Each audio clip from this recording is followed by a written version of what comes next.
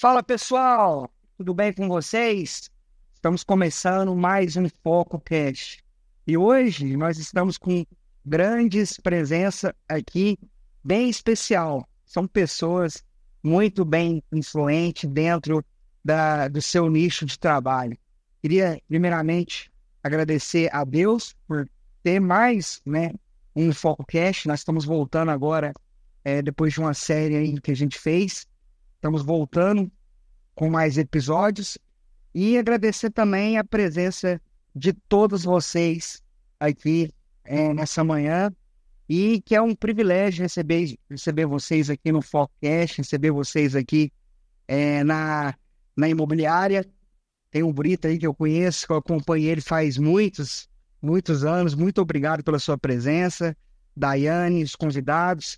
E vou passar a bola aqui para nossa empresária, mãe, mulher de Deus, uma pessoa muito, dos negócios aí, que sempre está à frente, Nem vou falar que corre atrás, porque quem corre atrás sempre fica atrás, a gente tem que correr na frente. Vou passar a bola para ela aí, para ela apresentar para vocês aí o nosso time aqui dessa manhã. É um prazer estar com você, Winsler.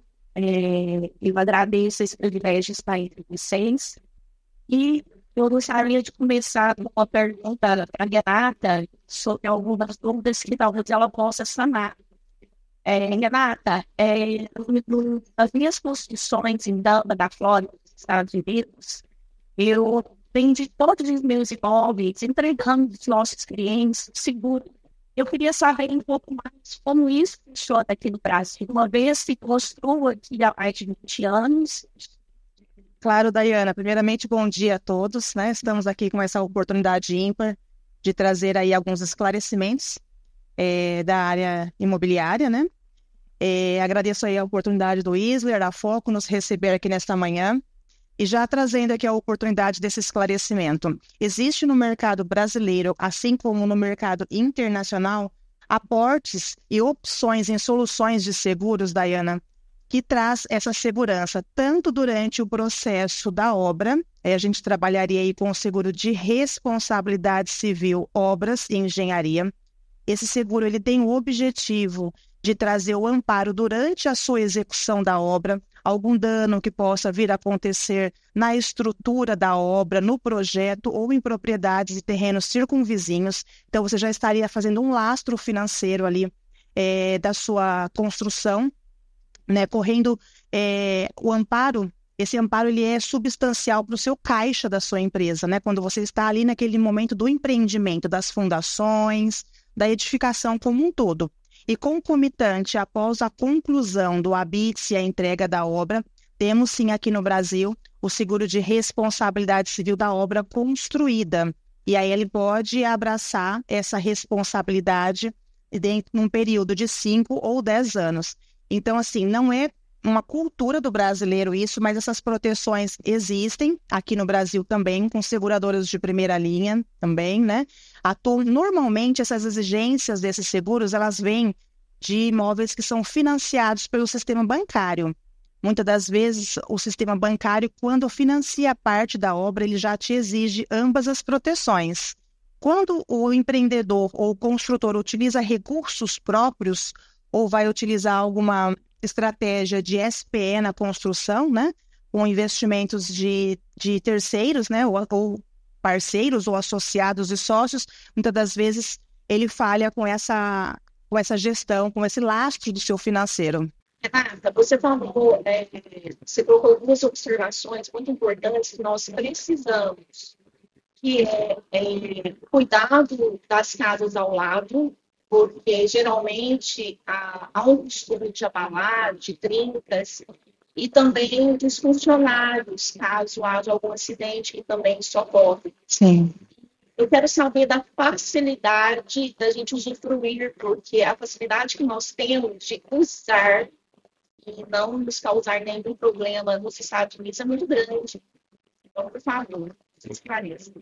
Essa responsabilidade, ela realmente é latente, ela é inerente à sua operação, ao caixa da sua empresa. A responsabilidade com as pessoas que estão ali no envolvimento da execução é uma coobrigação, inclusive sindical, aqui no Brasil, O Sindicato da Construção Civil exige essa proteção para as vidas que estão ali envolvidas, quer sejam elas no layout CLT, se você contratou elas para aquele período de obra e registrou, ou se são parceiros, né, PJs que são parceiros ali do seu empreendimento na execução da obra. Então, nessa apólice estará lastreado o amparo de acidentes pessoais, de morte ou invalidez por acidente durante o período da execução, já eximindo o construtor de toda a responsabilidade financeira ou de sacar isso do seu caixa para suprir essa necessidade. Então, é um lastro financeiro mesmo. E com relação às propriedades circunvizinhas, isso é fato que acontece. Por mais que se ocorra o estudo do solo para fundação ou para perfuração, existe sim uma forte tendência de abalar estruturas físicas já construídas nas propriedades circunvizinhas, né?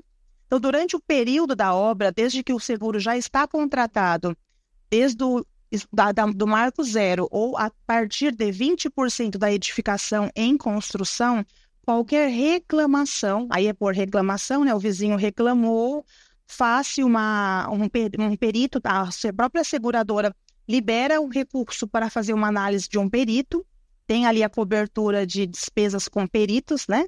Fazendo toda a análise, constatando que o abalo da edificação foi que causou o dano, terá total integração. Lógico que tanto o construtor quanto o vizinho terá que apresentar ali as documentações, os laudos necessários, mas tem todo o respaldo da companhia seguradora de acordo com o valor contratado.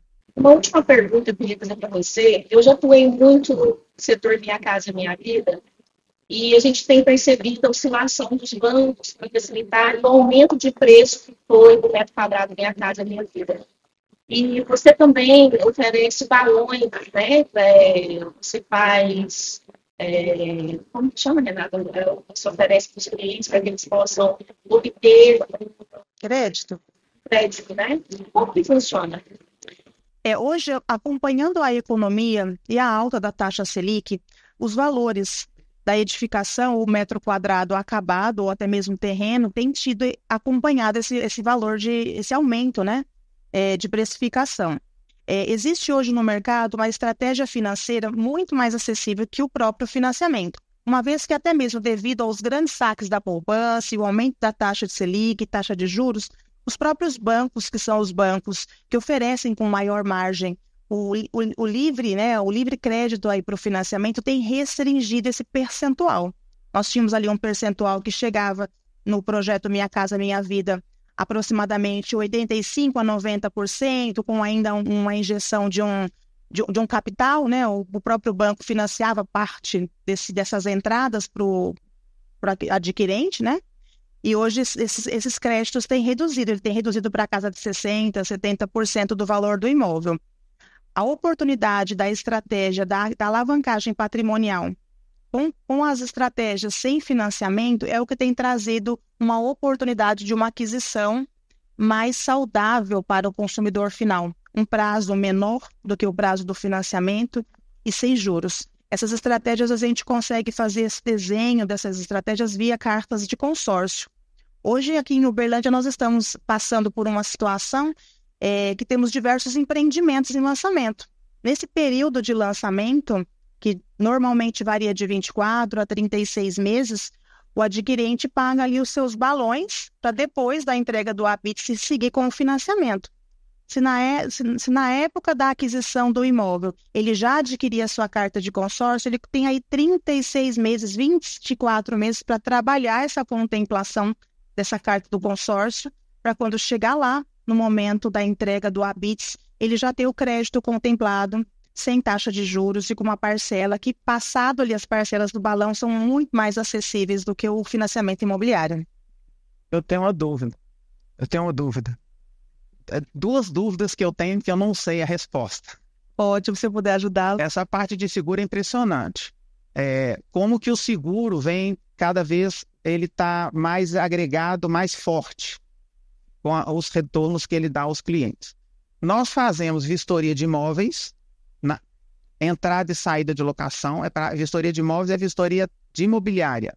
E nós fazemos da engenharia, da construtora, vistoria cautelar, que é exatamente o que você falou. Então, tem o edifício, tem a casa, está construindo o edifício, a piscina trincou, o dono da casa nos contrata para fazer esse laudo de engenharia, ou a construtora chama para constatar mesmo se a piscina trincou indevido ao edifício ou não.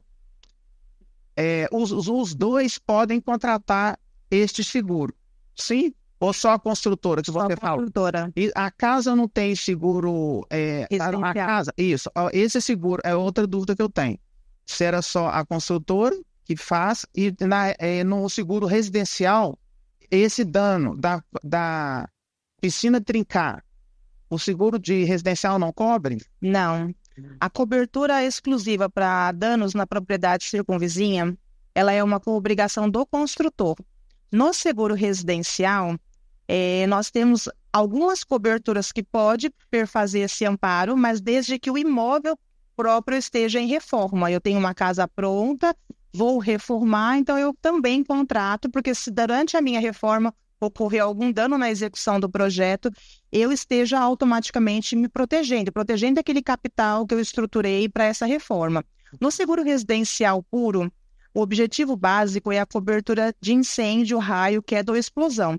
A acessória a essa pode-se contratar algumas coberturas de amparo para o imóvel, mas não diz respeito à manutenção da edificação. O foco mais é quebras de vidros ou mesas de mármores, né, fixas, roubo, furto, dano elétrico por descarga elétrica mesmo, e algumas outras coberturas acessórias, mas não que diz respeito ao abalo sísmico da edificação.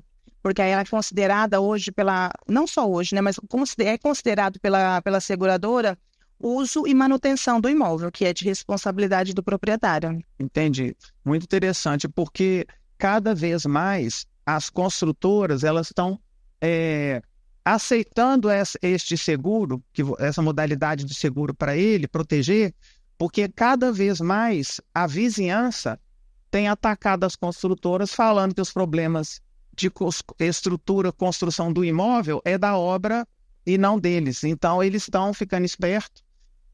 E qual o motivo dessa resistência que a gente tem aqui no Brasil? Porque a resistência é porque gasta dinheiro. É alto, o seguro é alto. Igual pesquisa de mercado a gente tem, que o construtor não faz. Ele não tem, o brasileiro, eu já estou entrando no internacional agora. O brasileiro não tem a cultura de proteção, de preventiva. Então, o que ele faz? Ele vai fazer um lançamento, o construtor, ele não pesquisa aquele mercado. Ele liga para o William, para a Daiane, vai lá na prefeitura ver a Beth, mas ele não contrata o especialista. Que, na verdade, pesquisa aplicada de mercado é a empresa que faz isso. Não é um profissional. Não existe profissional. Certo? Existem empresas que trabalham como se fosse o censo que o governo faz, o censo da saúde, da educação. É mais ou menos isso. Não faz. Agora, o internacional é direcionado à trajetória do profissional ou das empresas que querem atuar, vão falar só do mercado imobiliário, que construção eu vou fazer, eu vou dar uma direção para a Daiane daqui a pouco, que ela é especialista nisso. Experiências, case dela. Cada vez mais, o corretor brasileiro já começou a identificar, isso tem o quê? Curto prazo, 10 anos para cá. Sim. E a pandemia potencializou muito isso também, que beneficiou o corretor brasileiro. Direcionamento de negócios internacionais imobiliários. Basicamente, o que eu quero esclarecer a todos vocês? Um corretor brasileiro, ele pode ser corretor de imóveis no mundo inteiro, porque a única coisa que muda é uma legislação de jurídico ou de prefeituras e o idioma. Porque a prática, a forma, o engajamento no mundo inteiro, os melhores brokers ou empresas no Brasil, como eles atendem, eles vão fazer isso para o resto do mundo. Os corretores são brasileiros, mas, para ser internacional, não deve estar validando os Estados Unidos, o CRES? Não, o CRES brasileiro não certifica no caso dos Estados Unidos e nem o resto do mundo, porque uma situação interessante que tem nessa questão de corretora internacional, só 2 países no mundo que têm a profissão reconhecida. É o Brasil, que é o CRES, o Conselho Regional, e os Estados Unidos. São os 2 países que reconhecem a profissão, a atividade econômica de corretor de imóveis. É por isso que o Brasil tem uma grande relevância, porque o Brasil descobriu isso, o Conselho Federal nosso, alguns anos atrás, que era um insight positivo para transformar os corretores no país. O Cresce dele, que nós recebemos, a carteira do Cresce, não valida o passaporte dele para operar, por exemplo, nos Estados Unidos. Para ele operar nos Estados Unidos, tem um processo que ele tem que fazer de logística, de atividade econômica, o formato americano, de captar imóvel, de vender imóvel. Basicamente a mesma coisa, mas existem estratégias diferentes nos 2 países. Primeira coisa é isso. E lá ele tem que ter a regulamentação do país, dos Estados Unidos. Na Europa também tem alguns países que exigem, só que lá na Europa não é reconhecido. Mas os países têm certificações, cursos rápidos que fornecem. Aí aquele profissional, por exemplo, ele é da área financeira, ele passa a atuar no mercado imobiliário lá, França, Alemanha, é assim que funciona, em geral. Agora, nos Estados Unidos, tem a certificação de broker, só que antes dele fazer essa certificação de broker lá e ele poder atuar diretamente, tem todos ou alguns quesitos que ele tem, que um checklist que ele tem que obedecer antes, de moradia, de tributação. É só chegar e falar, eu quero trabalhar no mercado e pronto, né? Entendeu? Não funciona isso. E no Brasil a barreira para o mercado imobiliário é pequena, né? Então, assim... Nenhuma. No Brasil não tem, assim, né? Não existe, por exemplo, você vira, porque a nossa profissão de corretor de imóveis ela é legalizada como qualquer outra. Sim. Né? A gente tem, né, um sindicato, a gente tem o CRES, a gente é uma profissão legal. Então a gente paga até mesmo mais do que um advogado, um médico. Acho que a anuidade do corretor é a mais alta que tem. Porém, o processo para você se tornar um corretor é diferente do processo de você se tornar um médico, o processo de você se tornar um advogado, um administrador, né, e etc, né? Então, assim, é uma dor do mercado, né, Brito? Que eu acho que vai demorar anos aí para poder resolver essa dor que o mercado tem, né? Dessa barreira ser tão baixa. Exato. Agora, no mercado americano já é o contrário. No Brasil, a ilegalidade hoje é meio a meio. Hoje é meio a meio. 50% é legalizado, 50% não é legalizado. Sendo que dos 50% que não é legalizado, é o médico que vende, é o dono do posto de gasolina que vende, é o carrinho de pipoca em frente à igreja na missa todo dia. Porteiro. Entendeu? Tem de A a Z ilegal e fazem, não é só corretagem de imóvel. Não é. Empresários fazem isso, certo? Empresários fazem isso. Inclusive, tem vários profissionais, um exemplo, a OAB, os advogados, muitos fazem o curso para ter o Cresce, porque ele quer, como jurista, vender imóvel. Então, ele, ao invés de indicar os corretores, os imobiliários para vender o imóvel, ou comprar o imóvel, que ele tem um investidor ou um cliente que quer adquirir, tem segurança num advogado e não tem nos corretores, nas imobiliárias, o que ele faz? Ele tira o Cresce. Aí, com o Cresce, ele pode fazer intermediação direta, como só com a ABE ele não consegue fazer, porque se ele fizer, ele é ilegal também. Aquela empresa jurídica, ela é completamente ilegal. Embora ela tenha CNAE ali no CNPJ, ela não tem o registro. Não tem nada. E o mercado em geral brasileiro provoca muitos corretores, mas eles não sabem que imobiliárias, redes de imobiliária, faz tanto quanto o corretor pode fazer de operações ilegais. Ele pode até ter o Cresce PJ, Cresce pessoa física, mas agem no mercado sendo malicioso. Grandes empresas imobiliárias, grandes corretores reconhecidos no Brasil e grandes redes de imobiliária. porque tem muitos estados que têm muitas redes de imobiliária nas regiões. Você pega, por exemplo, Minas Gerais mesmo. Vamos falar daqui, Minas Gerais. Minas Gerais, Norte, Sul, Triângulo Mineiro, Zona da Mata. É os polos econômicos de Minas Gerais. Nestes polos existem redes de imobiliárias, que é mais local aquela região, o Vale do Aço, o Triângulo Mineiro e tudo. Eles fazem aquela rede para ter uma... Uberaba, por exemplo, já teve várias, já acabou. Uberaba é uma cidade que tem umas 3 ou 4 redes lá, já teve muitas. Aí acabaram porque achou que o propósito não valia a pena. Tá? Agora, uma outra coisa que eu quero colocar de internacional para vocês é o seguinte. Eu não lembro, mas são algumas décadas aí no passado.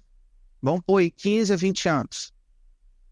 Especificamente Flórida, Estados Unidos, porque Estados Unidos é alvo de tudo. De case é Estados Unidos. Senão, é por isso que ele é o primeiro lugar do mundo, né? Porque ele é igual mineiro, né? Deu certo em Minas Gerais, dá certo no resto do Brasil. O mundo é Estados Unidos, deu certo lá, dá em qualquer país. Então, é o seguinte, coisas que loteadoras nos Estados Unidos, de brasileiros, loteadores, e construtores fizeram caos na Flórida. Em que sentido? O americano, o cidadão, ou outro de outra região do mundo, mas tem a cidadania americana, né, o green card, tomaram o tombo de brasileiro. Certo? Então, isto hoje já foi contido. Hoje já foi contido, porque tudo lá é rápido, não demora. Sim. Mas a gente tem esse legado a fazer lá em mudar tudo isso. Agora eu passo para Daiane, que é o exemplo de um legado lá e que faz digno. Quando eu falo digno, é caráter. Quem é antigo, igual eu, de idade, o meu pai e minha mãe falavam assim, não, deixa meu filho, deixa, ela pode ir lá, porque essa amiga dela é de berço. As pessoas falavam isso, é de berço. Esse nome acabou. Ninguém fala mais isso.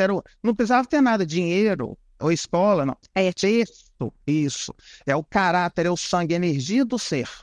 Porque quando é contrária, ninguém para eles. É só o próprio homem, é só a gente mesmo, sozinhos, para poder mudar isso. Então, é o exemplo que a Daiana vai falar aqui para nós, que é maravilhoso. A sua experiência construindo lá, Daiana. A minha experiência construindo nos Estados Unidos, eu estava na Flórida, onde é pântano, né? Tem um lençol de água muito grande, onde a gente faz fundação de casa, construção civil, o método executivo é muito diferente. O que eu vi foi a rapidez que eu esperava. Eu não vi a prosperidade que nós temos aqui. E a seriedade também do setor de vendas. Lá é um pouco diferente o setor de vendas. Existem 2 corretores, por uma regra. Tem um corretor que representa o comprador e o que representa o vendedor. E eles compartilham a corretagem. Por mais que há uma facilidade linguística para a gente lidar com os brasileiros no setor de venda, mas sempre há uma intenção de aproveitar da falta de experiência dos que chegam. E a minha experiência da construção civil dos Estados Unidos foi maravilhosa, o que nós construímos, nós vendemos. Eu tive uma facilidade muito grande, porque eu tive um sócio cidadão americano, abri um CNPJ, tive uma construtora muito bem sucedida, mas eu optei pelo Brasil, onde eu tenho a facilidade de lidar com todas as áreas, a minha interação com todos os setores, e é aqui que está a minha prosperidade. Daiane, qual foi o seu maior desafio? Porque quando a gente fala de Estados Unidos, a gente pensa que tudo é maravilhoso, né? Um mar de rosas, tudo vai ser mais fácil, né? É mais fácil para quem tem mais condição financeira, mais fácil também para quem chega lá e vai começar do zero. Só que a realidade não é bem assim, né? Então, assim, você chegou lá com a intenção de querer empreender, né? E quais foram os seus principais desafios ali no início? O maior desafio foi ver aonde está o primeiro mundo e aonde estava a segurança, aonde eu fui procurar. Então, eu fui roubada dentro de Tampa. Logo, eu cheguei dentro de um parque minúsculo em downtown. Já me decepcionei. E quando eu vi o dom e a capacitação do design exterior, da arquitetura, eu me decepcionei. Inclusive, nós fizemos o projeto das minhas construções lá, aqui no Brasil. Chegando lá, a gente só adaptou pelas normas americanas. Então, toda aquela expectativa de progresso que eu esperava ver dos Estados Unidos como primeiro mundo, eu não vi. Essa foi a decepção. Mostra que Em questão de construção foi muito fácil, porque eu tive uma equipe maravilhosa. Eu tive um sócio que já tinha uma equipe pronta. E a gente deu muito certo na questão de acabamento, de qualidade, mas a decepção mesmo foi o que eu fui encontrar nos Estados Unidos, não vi.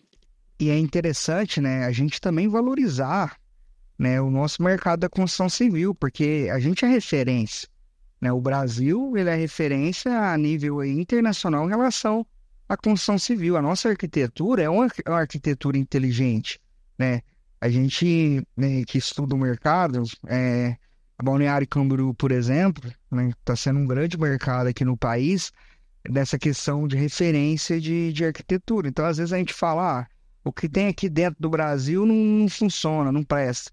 É muito pelo contrário, tem muita coisa que funciona, né? Muita coisa aqui que é importante, que é essencial, que a gente também é referência para outros lugares também fora. Acho que nós somos referência em tudo.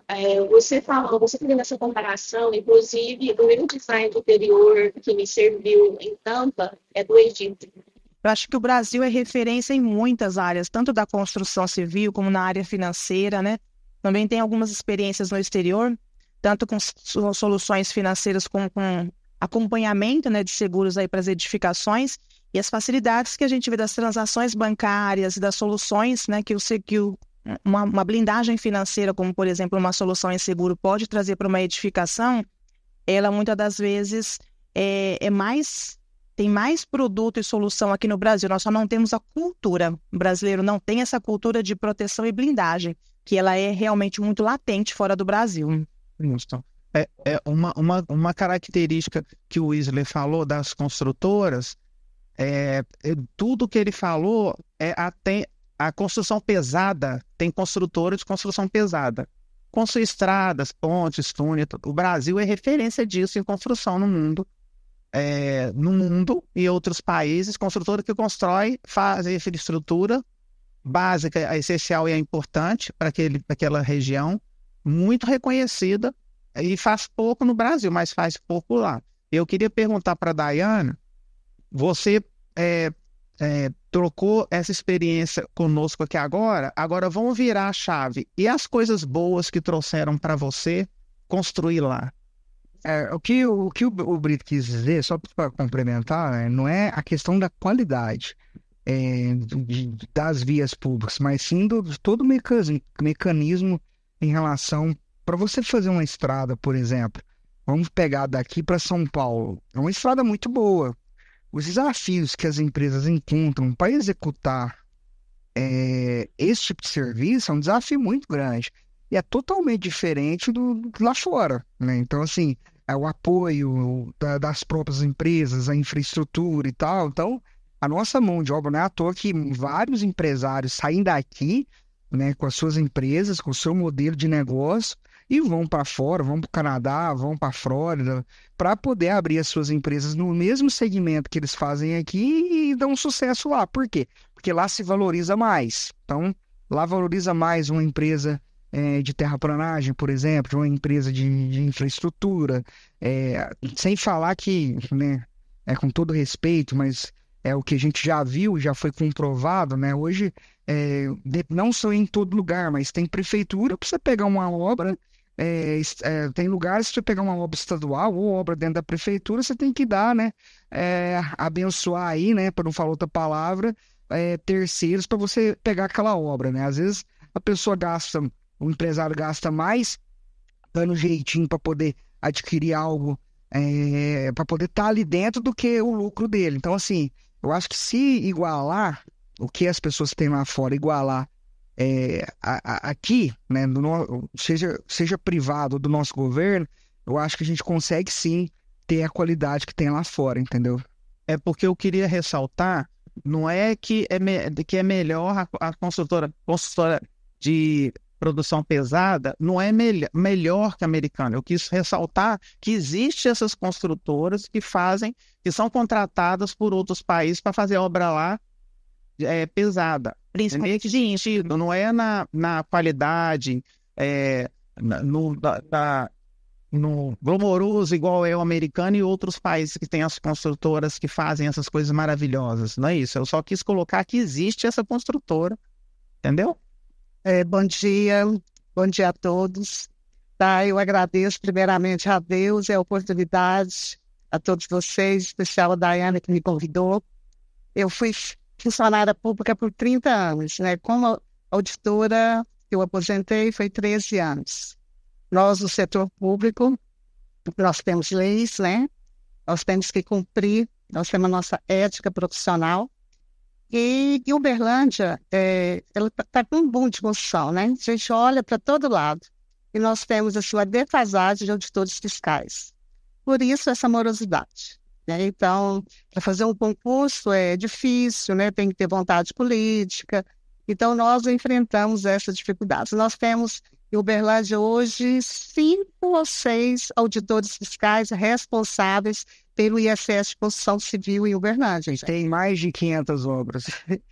E, além disso, o nosso sistema de tecnologia é um pouco lento, nosso sistema de informática, né? Então, assim, nós, os auditores lá, a nossa diretoria, nós lutamos, né?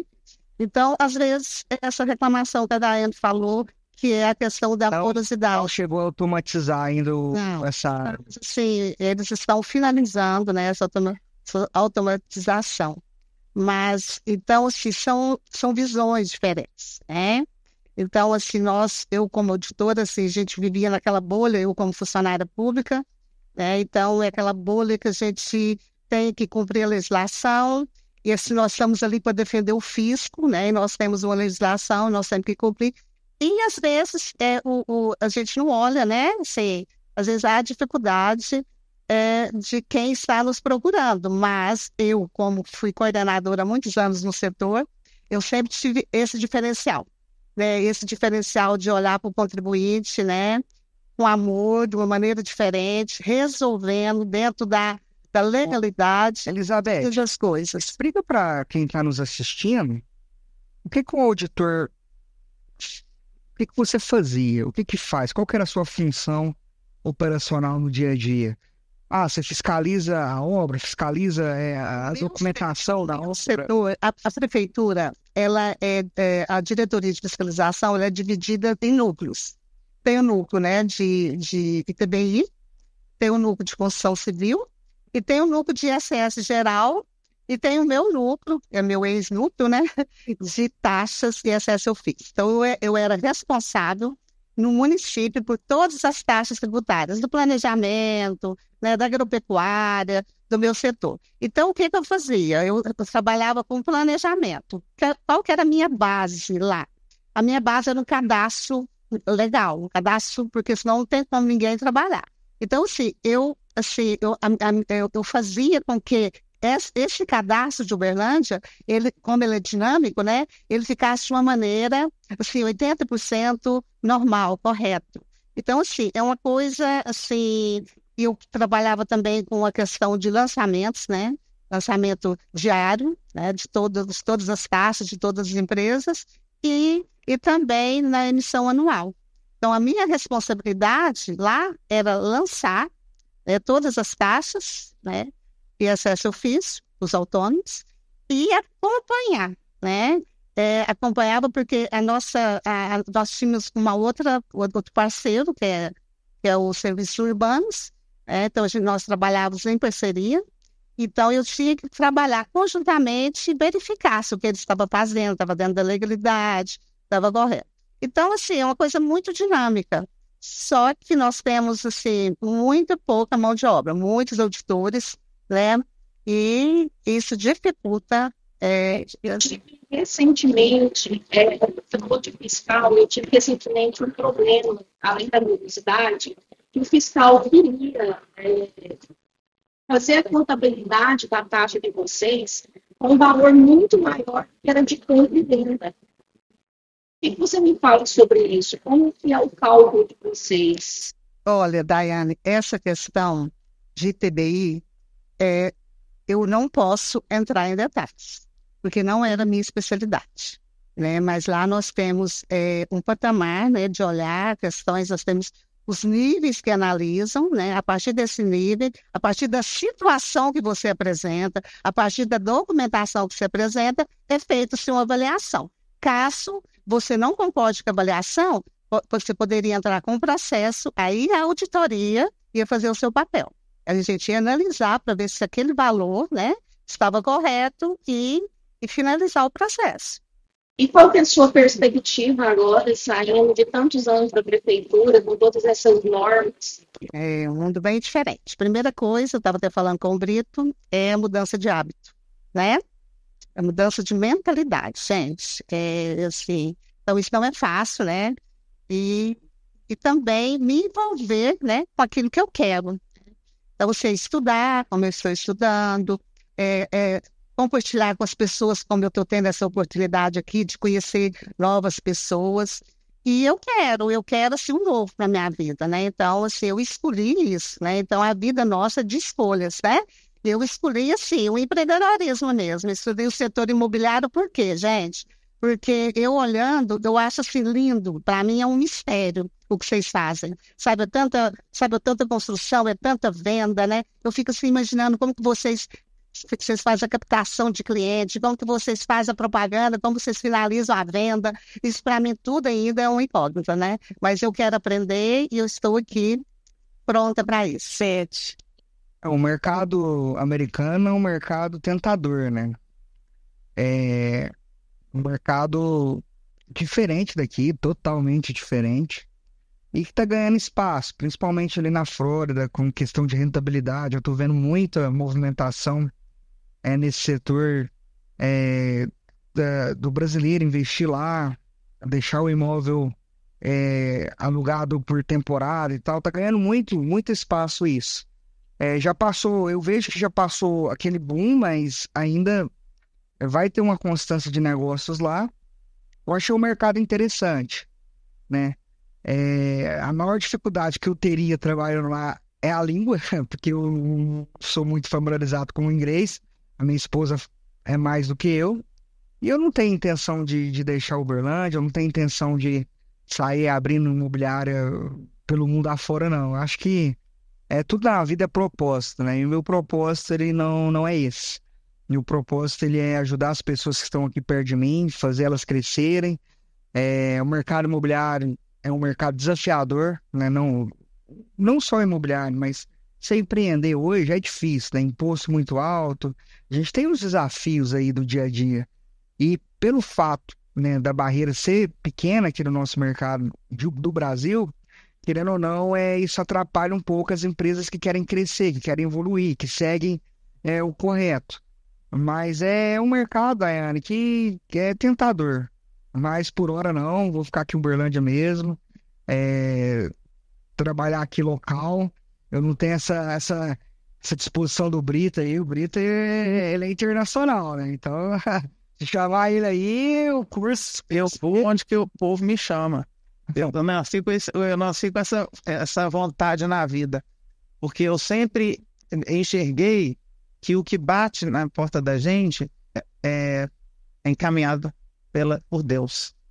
Então a gente não tem o direito de fechar a porta. E se eu não fecho, e se eu não vou, eu coloco um melhor do que eu para fazer, para que ele ser atendido, certo?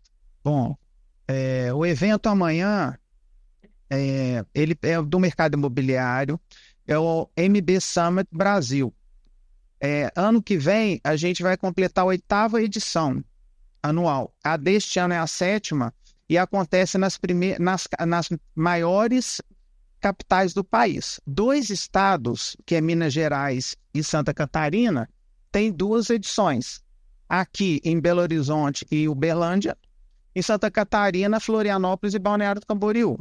O resto são as capitais que rodam MB, cada um deles. Ano que vem, nós vamos atingir 100% do país, exceto a Amazônia, Manaus. Manaus não vai ter ano que vem.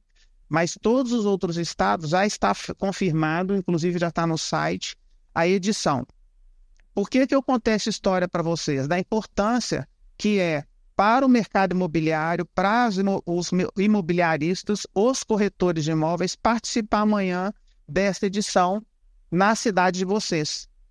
E a cidade de vocês entrou no calendário um dia por mérito de quem? O Matheus, eu sou sócio com o Matheus nas edições, algumas edições, né, DMB. O Matheus é de Goiânia. Então, ele com imobiliária, corretora e depois imobiliária, MB Imóveis. Com essa proximidade, ele vinha em Uberlândia fazer negócio direto. E aqui em Uberlândia, muitas pessoas imobiliárias atuam no mercado de Goiânia. Com essa conexão, por isso que entrou, que é o mérito da cidade de Uberlândia. E que coincidiu comigo, que tem muitos anos que eu já venho em Uberlândia atendendo demandas de trabalho e etc. para a área imobiliária. As construtoras ainda eu não fiz nada aqui, mas as imobiliárias e corretores, muita coisa. Certo? Ô Brito, Aguardo você já amanhã. Você já treinou já quantas pessoas já? Desde quando eu comecei, a estatística que eles fizeram, tem no Instagram isso. Eu acho que são 58 mil cursos que eu já fiz. Se eu 58 mil. 58 mil. É muito, hein? É muitos anos. 3. É muitos anos, né? Então, essa atividade de educação eu sempre tive paralelo. Porque eu, enquanto TI, que foi a minha primeira trajetória profissional, o primeiro emprego que eu consegui na época, eles já mandaram eu dar curso. Porque o projeto, eu era coordenador do projeto, então você criou com todo mundo, mas você que entende melhor, então você vai ter que fazer curso para Minas Gerais inteiro, era uma empresa estadual. Você vai fazer em todo o estado, primeiro você faz aqui em Belo Horizonte, depois etc. E está colhendo, né? Tenho certeza que está colhendo muita coisa. Isso. Renata, uma dúvida aqui que tem surgido bastante. Está tendo muita modalidade de build suite aqui na cidade.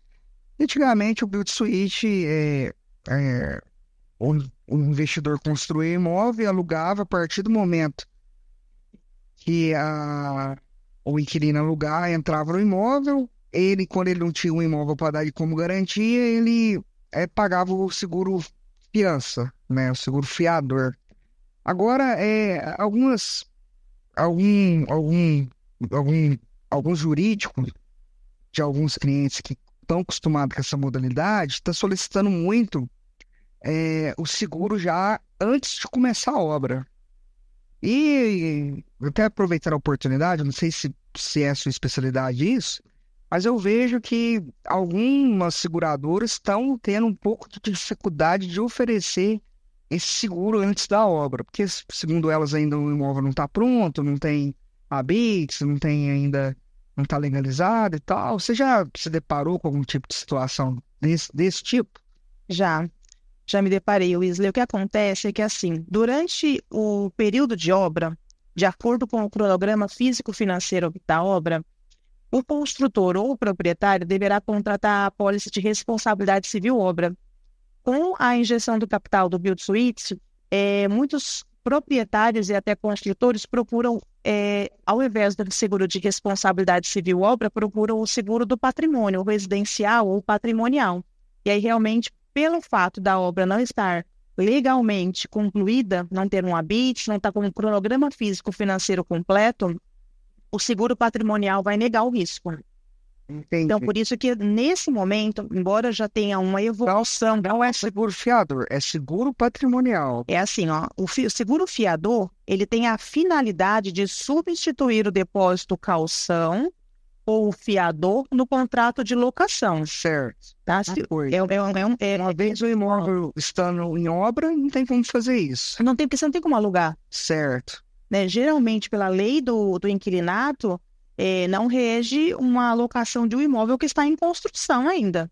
Então, se ele está em construção, a solução de blindagem adequada para aquele momento do imóvel é o seguro responsabilidade civil obras. Que tem que ser feito, então, pelo Ou pode ser pelo proprietário. e pelo inquilino, futuro inquilino, pode ser feito por Também. Mas aí, assim, como que você rege hoje na legislação da lei do inquilinato? Como que você roda um contrato de locação com um imóvel que não está construído? É só uma intenção. Você não chega a gerar um contrato, assinar ambas as partes de um imóvel que nem terminou. Se você é o proprietário daquela edificação e está construindo para locação, a responsabilidade nesse momento da construção, embora é um imóvel que você já tem ali uma intenção de locação, mas a responsabilidade sobre a execução daquela obra é sua e da construtora. Ou você ou a construtora pode contratar neste momento da edificação não conclusa o seguro de responsabilidade civil obras. Concluiu o imóvel, tirou o habite, eu vou gerar um contrato de locação, a partir deste momento que eu posso redigir um contrato de locação entre eu, imobiliária, e o inquilino, eu entro com o seguro fiança, não vou exigir do fiador, do inquilino, aquele depósito calção, porque pela lei do inquilinato a gente tem um limite daquele depósito calção. Então, o seguro fiança, o proprietário e a imobiliária têm a oportunidade de ter um capital maior com relação a danos naquele imóvel que acabou de ser concluso, né? E ele substitui o fiador, o inquilino não precisa incomodar um familiar, um parente para ser o fiador, não precisa desembolsar um capital de imediato para ficar ali paralisado. O fiador, ele vai dar quantos por cento do valor do contrato? É sobre o valor do contrato todo ou é sobre o valor do aluguel mensal? A cobertura do seguro fiança, ela abrange todas as despesas de locação. Inclui o aluguel, se for um imóvel em condomínio, as taxas condominiais, e o proprietário ou a imobiliária pode acrescentar a cobertura de água, energia e danos à pintura do imóvel. Então, mas é o contrato inteiro? Dos 36 meses. É o contrato total. Total. Se for 10 anos, é 10 anos. Se for 10 anos, contrata-se por 10 anos e pode-se pagar em 24 ou 36 meses e fica o restante do período isento de pagamento. Ah, entendi. Então não é o contrato de 10 anos que tem que pagar. Não. A lei do inquilinato, na verdade, me corrija até se você está mais na área, né? Mas pela legislação que eu estudo também a esse respeito, ela prevê um contrato de 36 meses com desocupação sem multa a partir do 12º mês. Então, de acordo com essa legislação, o inquilino pode contratar o seguro fiança para 12 meses, a priori. E aí, se ele renovar o contrato de locação, ele faz mais para 12 meses. Mas o que eu sempre oriento, tanto o inquilino quanto a imobiliária e o proprietário. Contrata-se para 36 meses, parcela para o inquilino essa parcela do seguro fiança para 12 ou 24 meses, e se no meio do caminho ele rescindir o contrato legalmente, a gente consegue rescindir a apólice também e fazer a devolução pro rata do que foi pago ou eximir as demais parcelas. E gira em torno de quantos por cento do valor do contrato? O seguro fiança, ele tem um custo, uma taxa aproximada de 1,5 vezes a no máximo 3 vezes o valor total das despesas de locação. Então, quando a gente pega ali um imóvel que vai ser locado num condomínio, tem ali o valor do aluguel, o valor do condomínio, mais algumas taxas, vamos correlacionar aqui que esse valor total seja R$3.000. Vai variar de 1,5 vezes a 3 vezes no máximo, então aí vamos considerar ali R$9.000 o período total do contrato de locação para o seguro fiança. Pouco, É bem acessível. Proporcional ao contrato, por exemplo? Proporcional ao contrato. 36 meses, um contrato de 36 meses, vamos colocar R$10.000, por exemplo. 30 mil. A sua conta, era 360 mil.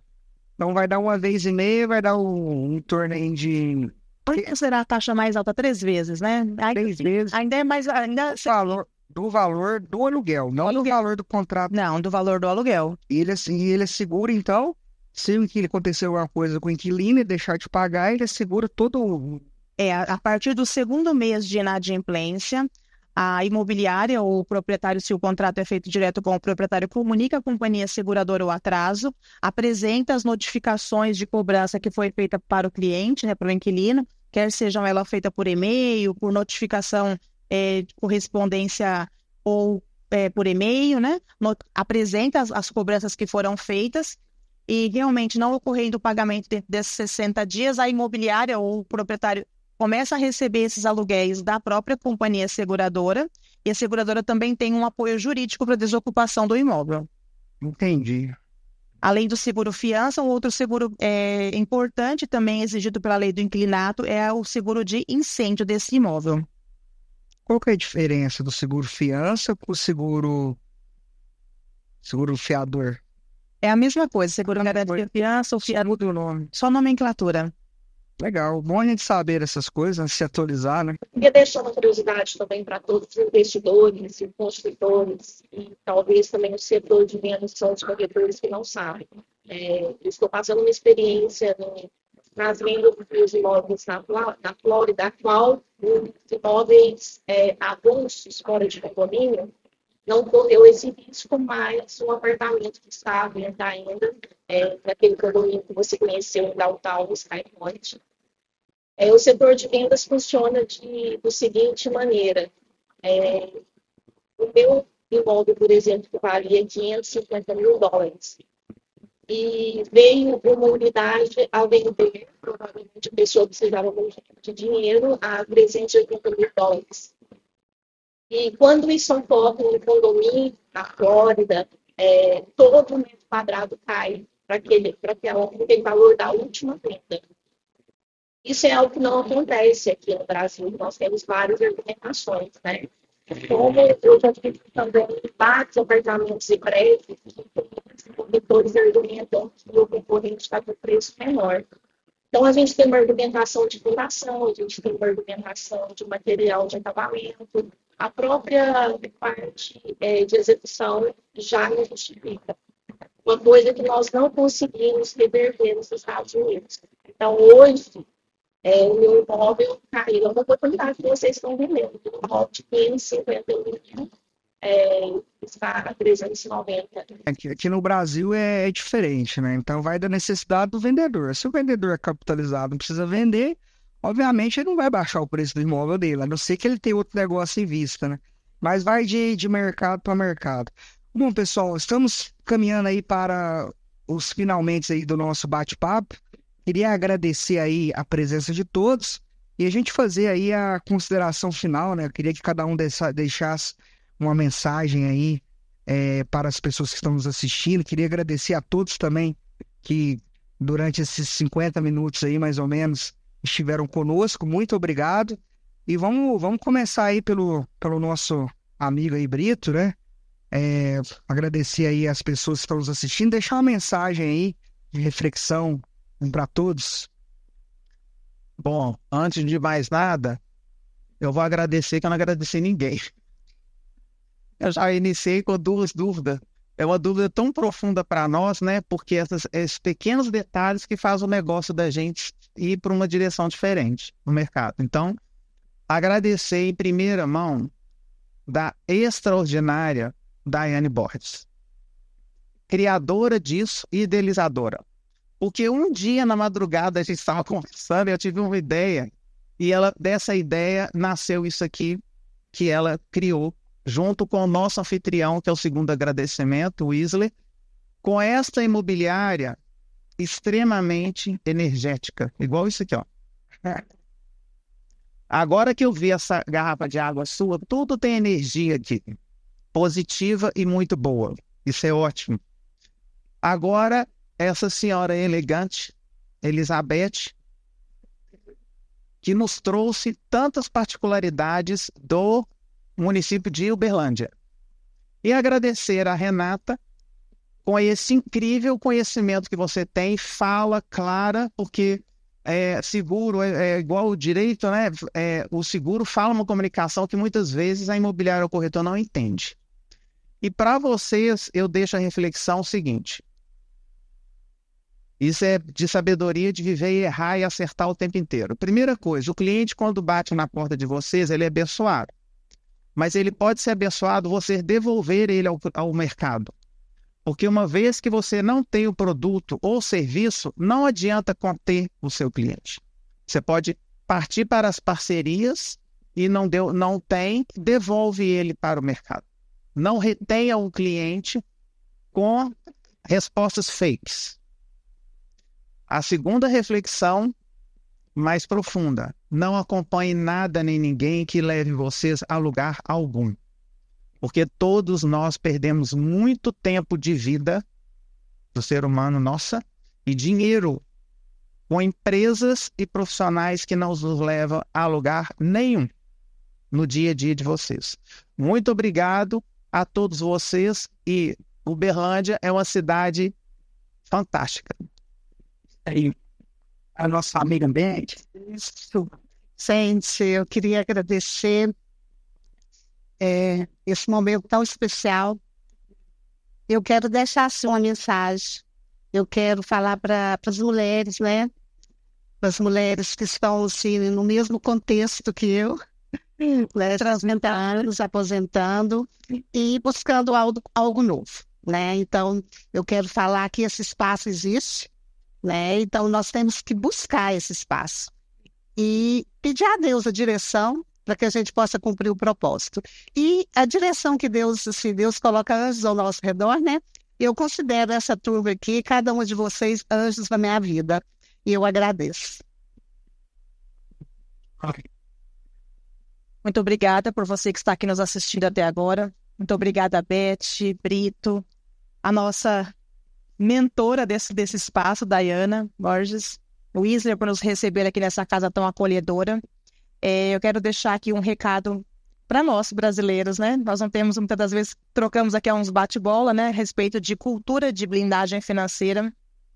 Só uma pólice de seguro muito bem estruturada, de acordo com a sua necessidade, devolve dignidade e capacidade financeira.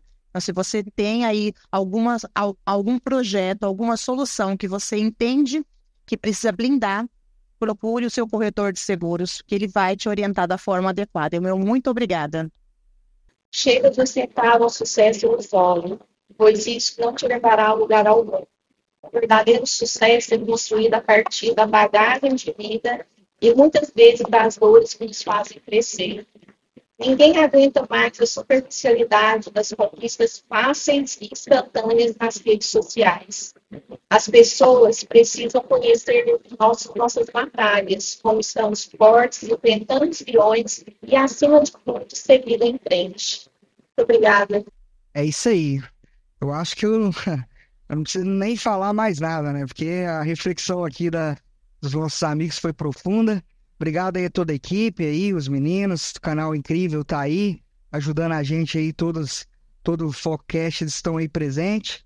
E fique ligado aí, porque em breve a gente vai ter mais novidades. Eu vou deixar a rede social de todos no link da descrição do vídeo. Muito obrigado a todos, tenham aí, né? Eu espero que a gente tenha contribuído com algo na vida de vocês com esse bate-papo. Deus abençoe a todos e até a próxima.